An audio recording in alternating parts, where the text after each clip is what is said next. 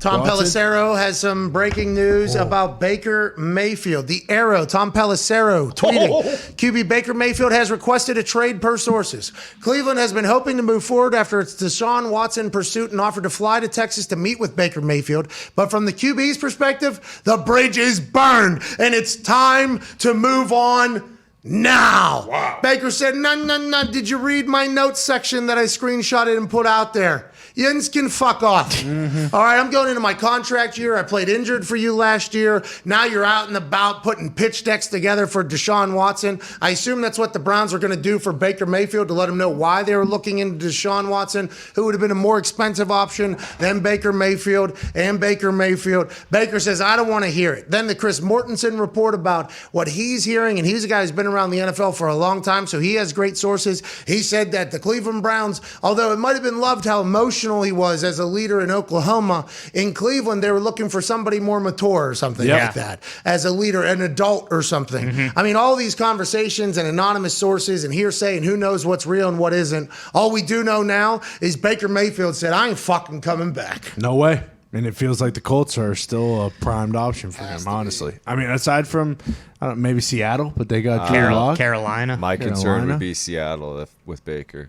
Really, because they were interested in Drew Lock, right? They said they liked Drew Lock, what they saw in him in 2019. Mm-hmm. They're big fans of. He was a part of the trade for Russell Wilson. Everybody thought they were going to be in the Deshaun Watson sweepstakes. Allegedly, per reports, they were not at all. No. Not even in the conversation. So maybe Baker Mayfield to the Seattle Seahawks. I have no idea. Put him on the jersey. Right there at the bottom.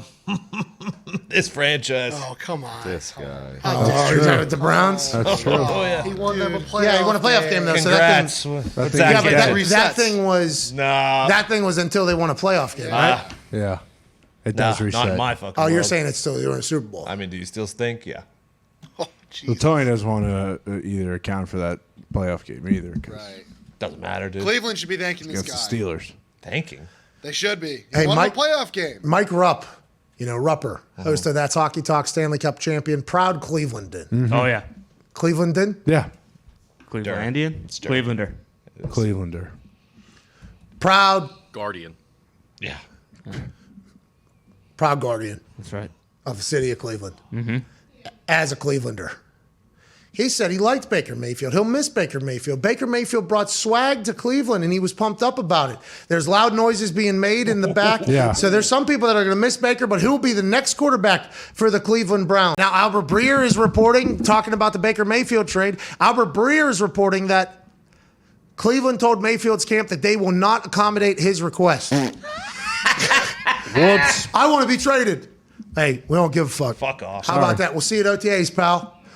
That's awesome. That is awesome. Andrew Berry, okay, who's the general manager over there, I got a chance to see him when he was like 25, 24 years old.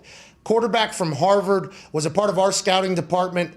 Awesome dude. Was sleeping on people's couches here in Indy whenever I was playing at the Colts. Whenever our first when Bill Polian was sent out after we won 2-14 and Dan Orlovsky won us 2 games late, almost got us out of the Andrew Luck sweepstakes. But when we got a new GM and he's getting interviewed, a lot of us who knew Andrew Berry were like, hey, this incredibly young dude, this dude is a grinder. He's smart. He knows how to talk to people. It feels like he knows the game very well. We love him in the building. We wanted him to be like a general manager at like the age of like 27, I think, like 26.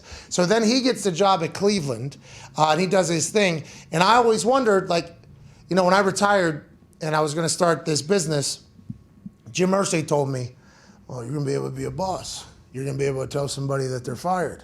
And you're going to be able to know that when you fire them, you're not just firing them, you're firing their family, you're firing their kids, you're firing their future. But on the flip side, you're also offering an opportunity for a new family and new kids. Are you going to be able to make those hard decisions? And then he went into something about whether or not he should get a yacht or a 757. Wow. And people are asking him these questions. But he said those are hard decisions to make because there's humans involved in that. I wondered that with Andrew Berry, who I found to be an incredibly good guy, nice guy. Whenever you become general manager and you're dealing with people's finances and futures and families, it's not necessarily easy. This is one of those situations where it's like, all right, this is a decision that a general manager is going to have to make at some point. Would Andrew Berry be able to do it? We're staring it down right now. They're like, hey, Albert Breer, why don't you let everybody know We don't give a fuck what Baker Mayfield just said. He's going to be at OTAs, and if he's the best option for quarterback for us, congrats, you're on a contract year. We'll pay you next year. Play football. And that he gave away all of his leverage, too, by doing this the other night. It's like, oh, okay, well, who cares? Like, if he's not happy, fuck him. Sorry. Like, we're not happy with how shitty you've been. So. How about they said, we tried to fly down there and talk to him. Yeah. And he denied a request to go chat with him. Then he requested a trade. And what we would have told him to his face is, we're not going to trade you now. Yeah, sorry. We would have if we would have got Deshaun Watson. Yeah. But we didn't get him. we didn't get him. I don't know if you heard. We're out. That was reported by everybody.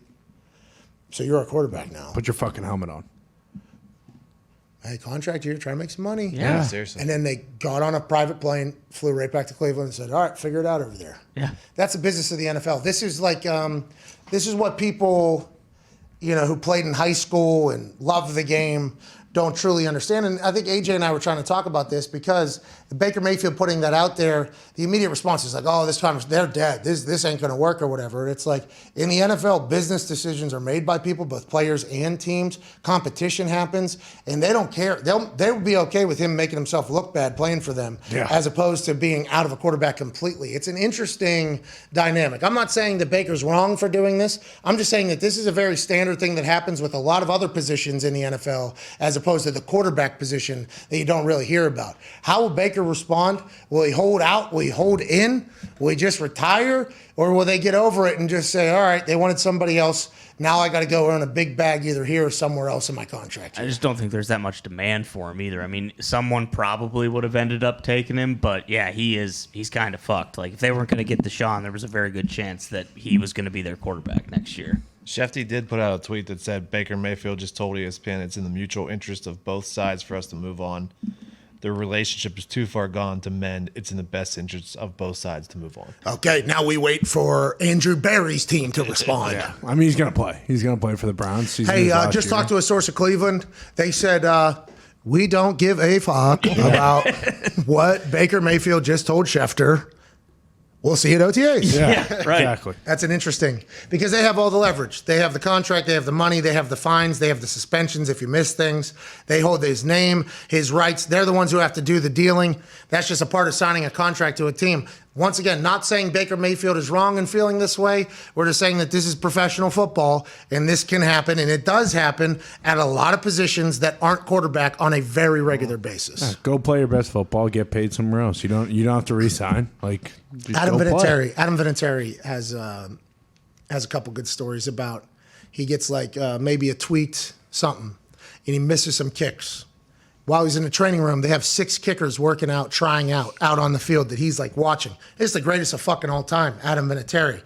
And as he's watching, instead of being like, oh, these motherfuckers won't stick with me when I want to kick, he goes, oh, none of these motherfuckers are ever going to take my job. That is his exact thought. That's Adam Vinatieri. When I watched that happen to the greatest of all time, I was like, oh, okay. So when they start bringing guys in to beat me out, instead of getting sad or upset or taking it personal, which you can, but that can motivate you to be like, hey, none of these motherfuckers going to get paid in a job that I'm supposed to have. It's just, it happens at all linebackers. It happens defensive end, secondary, corner. It happens in all positions. The fact that it's happening in the quarterback position, I guess, makes it a big deal. But yeah, like Baker has no power here unless he just wants to completely keep going public. And once again, I'm not saying he's wrong. He can feel however he wants to feel. I'm just talking about reality, which we live in. I don't think he has much say at all in how this ends up. No, other than going out and playing well next year. Like, and it's not like they're in a much worse off position. Like, yeah, they lose Odell and Jarvis, but like you get Amari Cooper, you still have that running game. Their line's good. Like, the ball's kind of in his court. Like, he doesn't want to be there, obviously, but if you don't want to be there, then go ball out this year and get the fuck out of there. Yeah, then what if they were like, oh yeah, by the way, we are looking to move on. Not this year, though. You're getting franchise tag. Oh, that'd be awesome. That'd be awesome.